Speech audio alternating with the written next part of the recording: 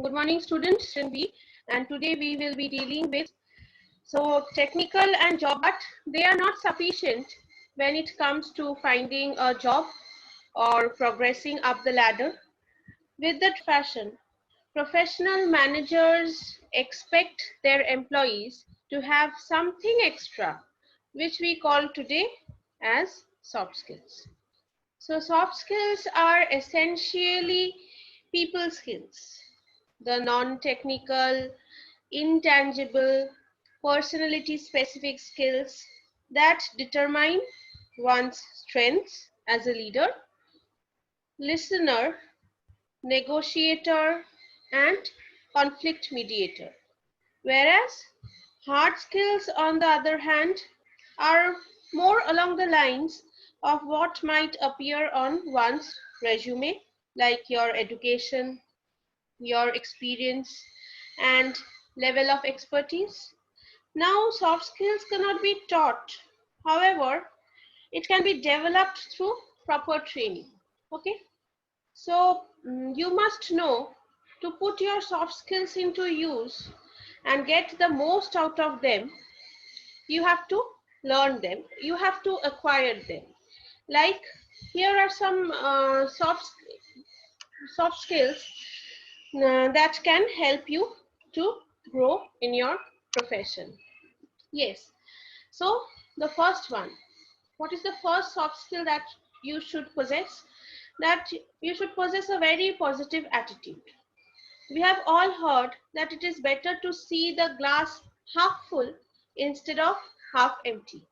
And in the workplace, that type of positive thinking can go a long way. An overall positive outlook leads to an overall positive attitude, and that can be a valuable asset in your work environment. The key for having a positive attitude in you is how you tackle obstacles and challenges that come your way.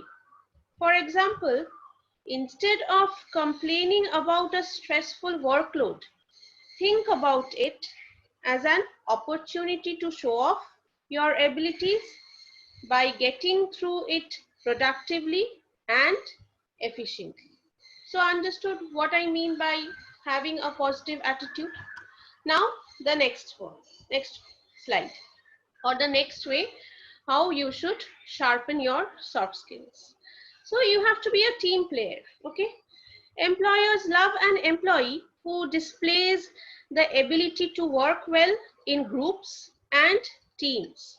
Being a team player means not only being cooperative, but also displaying your strong leadership ability when it is appropriate.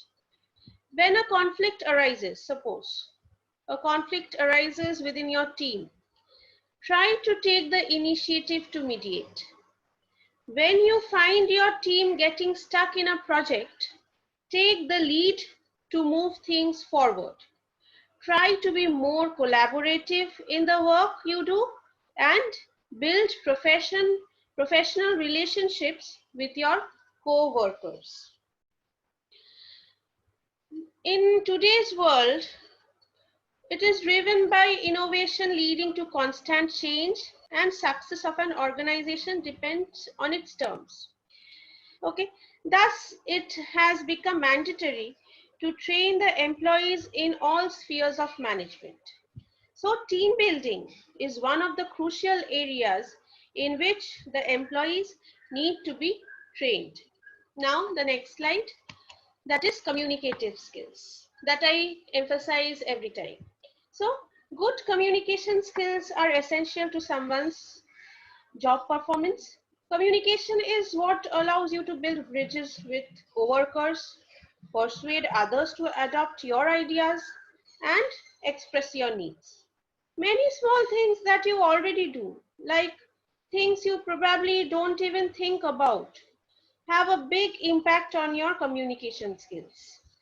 And I'll tell you now some factors on which you have to be aware when you are communicating with others. Like, you have to maintain a good eye contact. Then do not fidget. You know what fidgeting means. Fidgeting means that do not show or do not express that you are not comfortable or you are restless. Okay. Then avoid body movements that cut you off from others, like folding your arms. Then do not talk for the sake of talking only. Always have a point. Understood that? Do not talk baseless. You should have a point. You should justify your point. Then enunciate your words properly. And a very important thing is own your grammar skills very properly. Your grammar should be faultless. Okay. So the ability to communicate ideas to others effectively is an absolutely essential requirement for technical, engineering, and IT professionals like you people, as the nature of the industries make them dependent upon shared knowledge, right? You have to share knowledge, and that is the main objective of communication. In fact, communication skills could be the deciding factor in determining whether or not you are selected or promoted. So without them or without your communication skills, your career could be severely impaired. Now, the next slide. What is important to have a good soft skill? The next point, that is confidence. So you should exude confidence.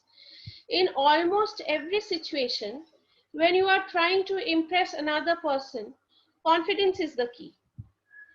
While it's important to accept your limitations and act humble when you receive praise, it is also important to acknowledge your strengths and embrace them.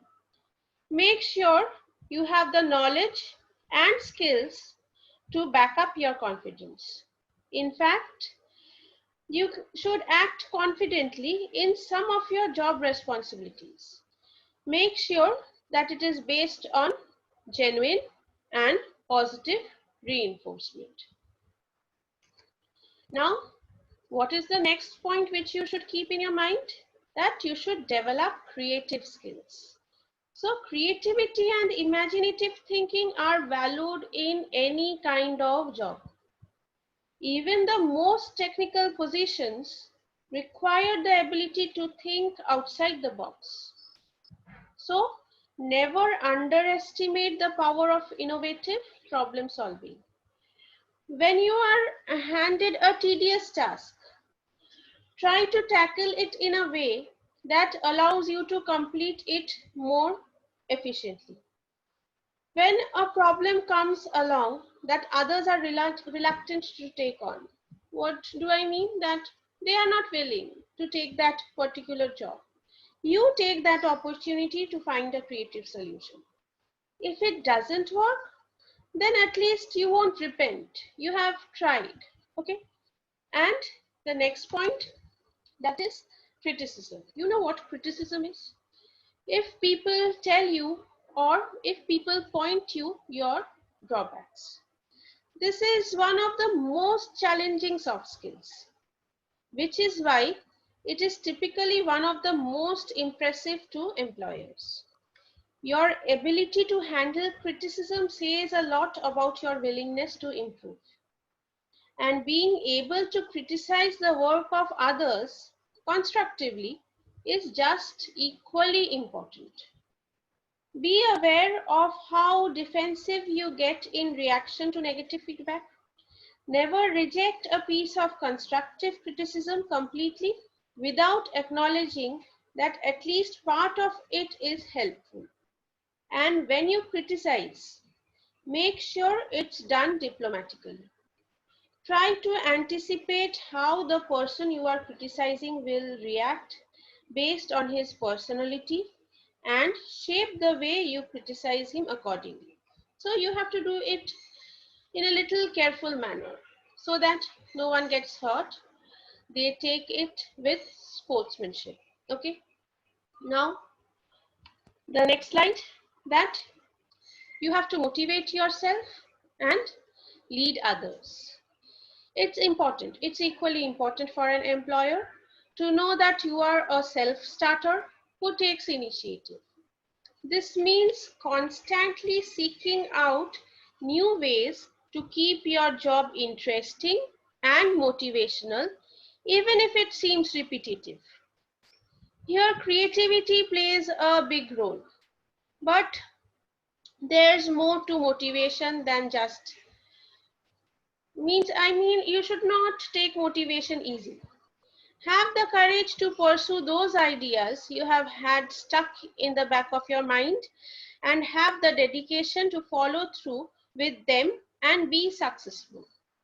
You should also lead others in the same direction to work towards a common goal, and remember that a good leader leads by examples. Okay, now the next point is to make one to-do list. Means uh, maintaining one to-do list shows how disciplined you are. Okay, and in today's workplace, a good employee is expected to be able to shuffle several different assignments and projects at once. Okay? Means there should be multiple tasker. Okay, you should be good at tracking the progress of different projects you have been handed to work on. You should know how to prioritize what's more important. These are the keys to being a good planner. But don't be afraid to take on new tasks.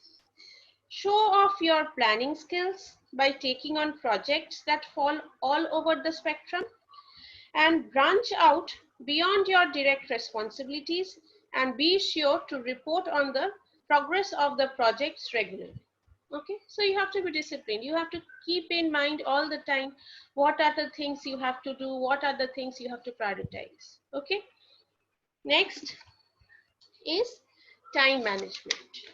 You understand what time management is? Like, a busy man can manage to do many things which seem to be beyond the reach of ordinary people. The life of great leaders teaches us one lesson. And what is that lesson? They have to do many things in spite of their busy schedule, and the secret lies in scientific management of time. You should not waste your time. You should divide and allot your time for each and every task that you are handed. Okay. Now, the next point is stress management. Stress is the word that many people use when they are describing how the demands of their life seems to exceed for them to cope up with. When, I mean to say, when all their tasks are getting unmanageable or uncontrollable, okay, at that time people get stressed generally. So the ability to cope up with stress varies from person to person or from individual to individual. But the fact is that work and stress go hand in hand. Every person in their respective jobs experiences some pressure or stress. No person is without pressure or stress, right? Everybody is stressed. So your success in a job depends on your ability to handle work pressure. How good you handle work pressure. There will be pressure, but you have to handle that. You have to manage that. So soft skills being internal and innate. What do I mean by innate? That is within you. That is not acquired, which is already within you, present. That it is acquired by constant practice. You have to sharpen your soft skills, okay? But it is to be understood very carefully that soft skills complement hard skills, and at the same time, hard skills cannot be complete by replacing soft skills. Okay, so today up to this, we will deal with the other details of soft skills in our next lectures. If you have any doubt, please email me or you can WhatsApp me. Thank you.